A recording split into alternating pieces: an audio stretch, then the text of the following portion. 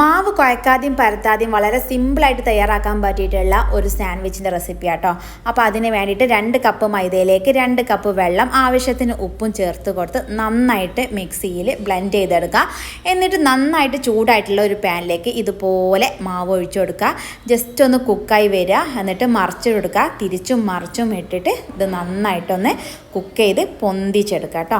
ഇനി നെക്സ്റ്റ് ഇതിലേക്കുള്ള ഒരു കൂട്ട് തയ്യാറാക്കാൻ വേണ്ടിയിട്ട് കുറച്ച് എഗ്ഗിലേക്ക് കുരുമുളകും ഉപ്പിട്ടിട്ട് ഇതുപോലെ ഫ്ലഫി ആക്കിയിട്ട് നെക്സ്റ്റ് ഇതിലേക്കുള്ള വെജിറ്റബിൾസാണ് ക്യാരറ്റും ക്യാബേജും. അതിലേക്ക് കുറച്ച് ഉപ്പും കുരുമുളകും ചേർത്ത് കൊടുക്കുക.